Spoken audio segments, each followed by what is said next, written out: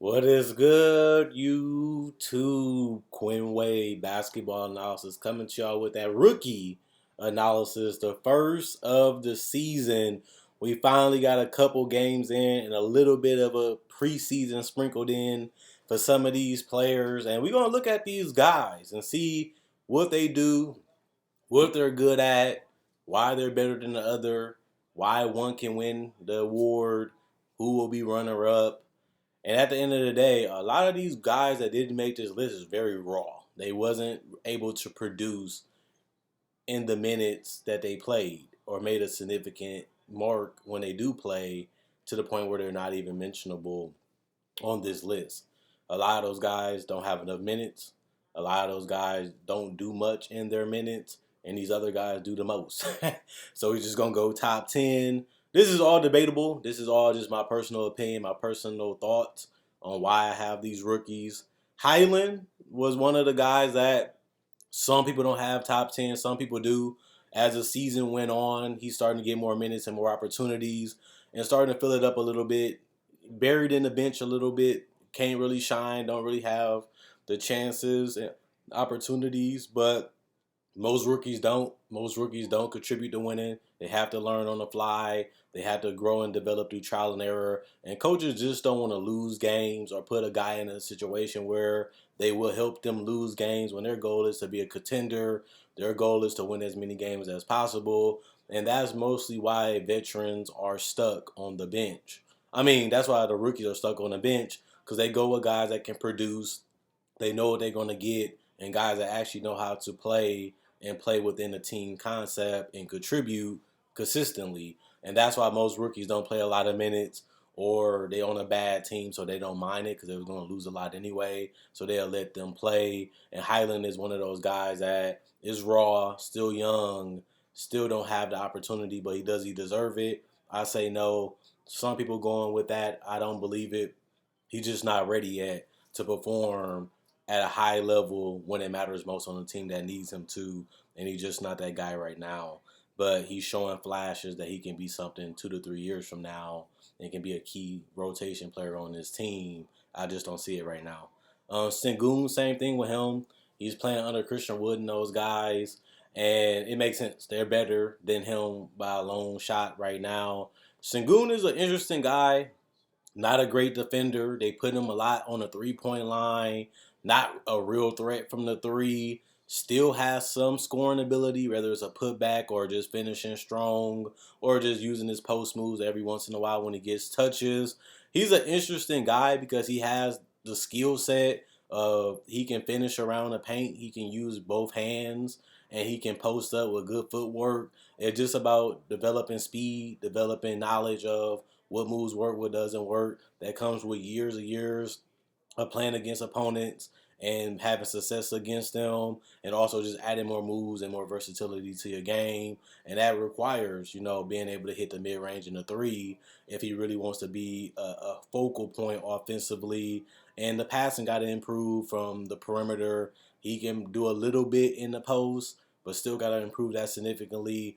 And even in the pick and roll, even with the catch, he passes and gives, but don't really pass to assist.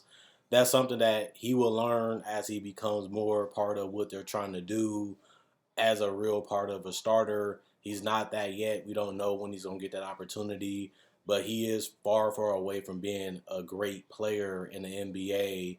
But then again, he's young. This is his first couple games, and he's a rookie. But he did show that his rebounding and his scoring can translate. It would just be, can he be a dominant force in the paint at the NBA level as a starter? That's their goal. That's what they want him to be. We'll just see if he can realize that as a passer and polish his game up a little bit more offensively and add a little bit more to it. At the same time, Giddey was a guy that a lot of people was low on. A lot of people didn't, they got Giddey, they got a bust. But he was a guy that can get to the basket, hit some floaters, hit a layup, make a good pass. He has size, can be a good rebounder. More of a jack of all trades. Not really a great scorer, not really a great shooter, not the greatest defender, but just not terrible at enough things besides shooting.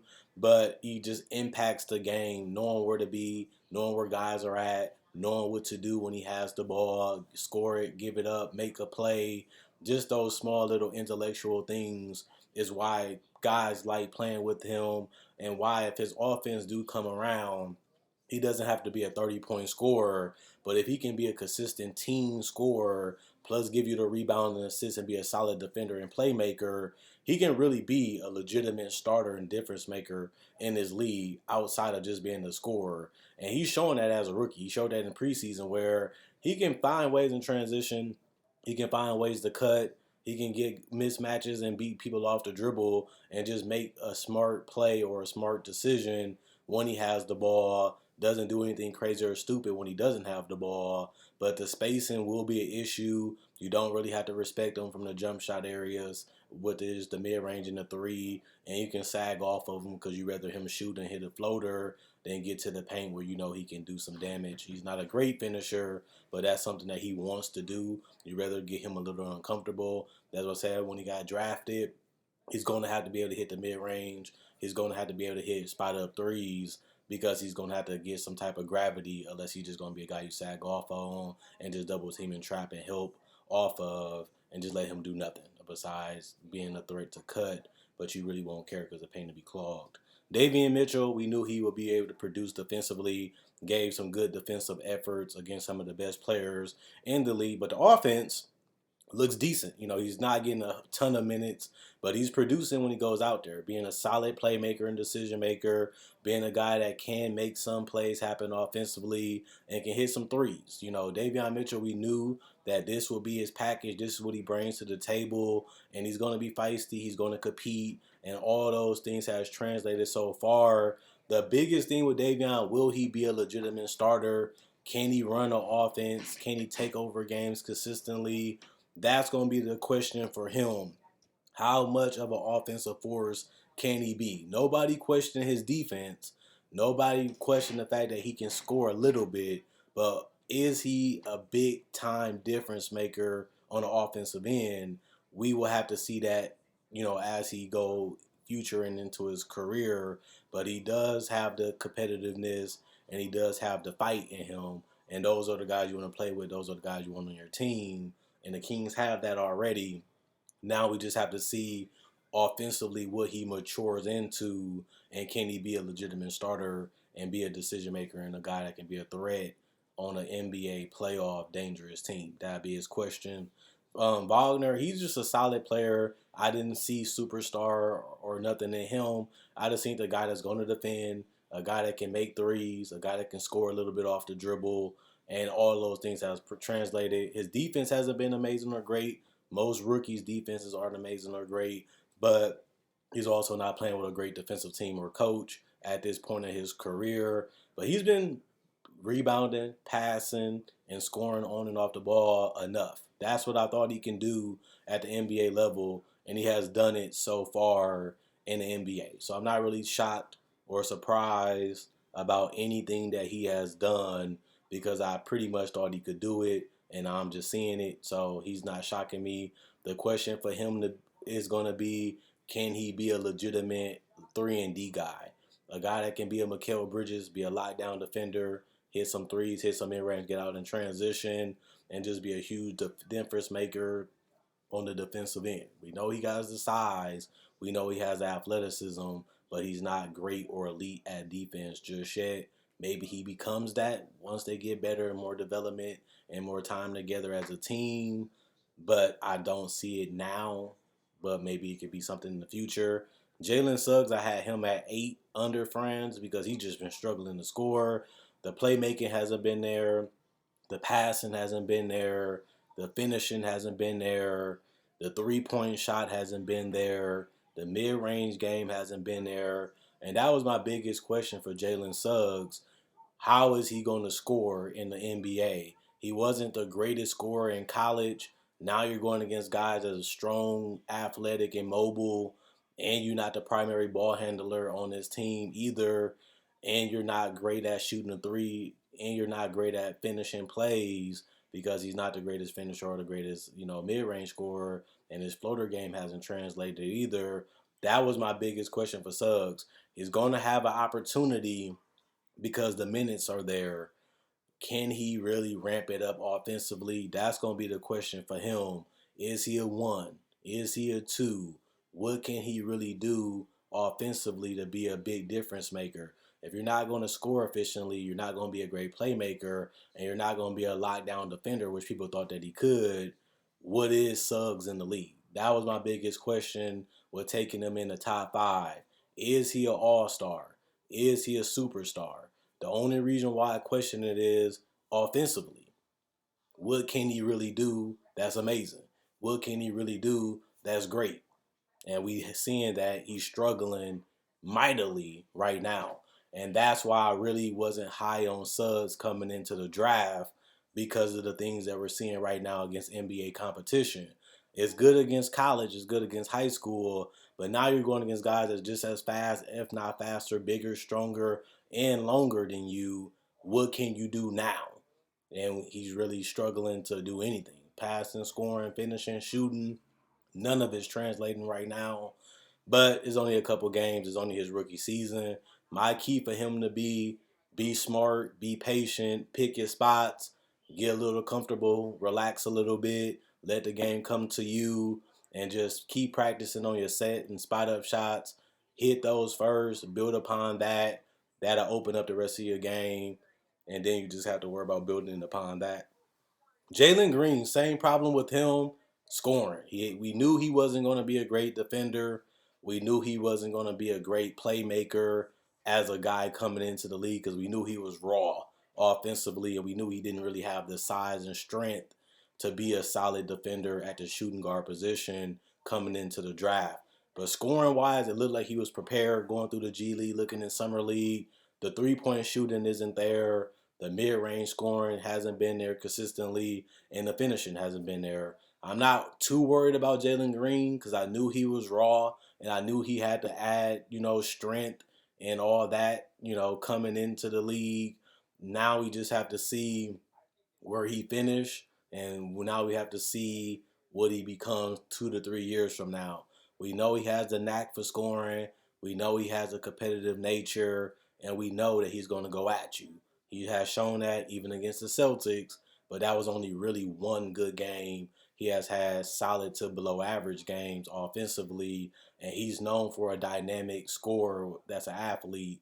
But I told you he was raw, and he's showing that a lot right now as a rookie. But I had him number 4. Mobley was more one of them, a guy that we knew what he could be. We just don't know what his ceiling is. We don't know if he will be an all-star. We don't know if he'd be a superstar, but we knew he'd be a solid rebounder. We knew he'd be a solid defender and passer. He sets good screens. He's smart when he scores. Doesn't try too hard.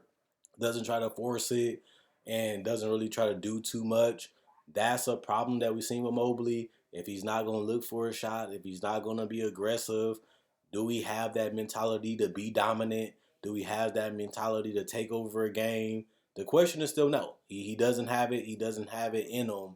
That's why we didn't look at him as superstar. But other than that, the dude can protect the rim. We knew that. We knew he can rebound. We knew he can get guys open and set guys up. Those things have translated beautifully. He still need to add some strength and some size, to his body to be able to be a dominant rebounder and a dominant finisher and a guy that just doesn't get pushed around and knocked around by bigger guys and a guy that can eventually play that 5 position and even space the floor with the mid-range and 3. The 3 in the mid-range hasn't been there. We knew that that's something that he will have to add in the future, but this is a solid NBA-ready big. He's showing that right now, and I'm proud of him. Scotty Barnes is a guy that people was low on coming into the draft. I feel he was all right. I feel like he was straight. I didn't really trip over them taking him over Suggs. I wasn't one of those guys that felt like that way. I wasn't one of the guys that thought he was a bust or nothing. But Scotty Barnes had really, impressed a lot of people, scoring the mid-range, setting the screens, making the right pass, finishing around the rim, getting out in transition. The best thing about Scotty Barnes is they're allowing him to grow. They're allowing him to play. He's turning the ball over. He's making a lot of mistakes. He's looking a little crazy on the court, sometimes. But he has really been able to shine as a rookie. And you have to give the credit to Nick Nurse. He's allowing this guy to be him. He's allowing him to do him. But he's also allowing him to have that ball in his hand and make decisions and plays. That's something that we knew he could do. Now we're seeing him do it a little bit more on the biggest stage. And you can't do nothing but be proud of him. You have to be happy for Scotty Barnes because he's a hard worker. He's unselfish. And he's a guy that really want to see his teammates do well. But now we're seeing him do well individually. And that's something that we didn't see like an Evan Mobley. We knew that they could defend. We knew that they can help guys and make guys' jobs easier and set them up. And we knew that it can be solid defensively and versatile defensively. But offensively, they have been a little bit better NBA ready than a lot of people thought, including myself. And that's why I just said I'm proud of them for being able to produce, at the NBA level. And I have Scotty over Evan Mobley for right now. And then I got Chris Duarte. This guy, they're forcing him to be the guy. They're forcing him to be the man. And he's just not. 19 points a game helps, when he was doing it. But he can hit a mid-range. He can hit a three. He's getting a lot of chances, a lot of opportunity. But like we've seen with Scotty Barnes and a lot of these guys, Karras is coming back and stuff like that. Touch is going to go down. Opportunity is going to go down. Ball in your hand is less. And then your numbers come down, and then you go from number one, then you drop down the ladder, but you still be in the top 5, top 10. I'm not really surprised about anything that Chris did. I knew that he can shoot threes. I knew he could play off the ball. I knew that he can get you a bucket. I had him as one of my guys to watch for the Rookie of the Year. And now he is my Rookie of the Year so far this season. And it's because the opportunity is there.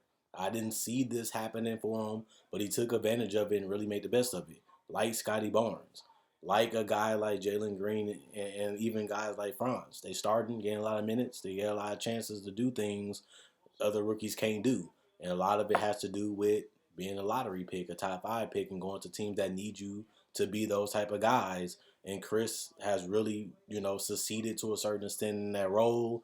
The 3 ball has to be consistent. The scoring has to be consistent. And just being able to be a guy that can play off the ball and get a bucket for you is something that I knew he was NBA ready for. And now he's just showing it to everybody. I didn't get surprised about it in summer league. I'm not surprised about it in preseason, and honestly, I'm not really surprised about it right now. But the odds of him winning this award is low now that Karras and those guys are coming back, and that means his numbers and opportunities going to go down, and he will go down on his list, and he most likely won't win it. But other than that, that's my top 10. This is what they should work on, what they should do, what they are right now, what they're contributing, why they're contributing, and why they're having success as rookies so far in this league. Quinn Wade, basketball analysis signing out. Hope you guys enjoy the rest of y'all day. Hope you guys enjoyed the video. Enjoy the night. Hoopers, keep hooping. See y'all hopefully tomorrow.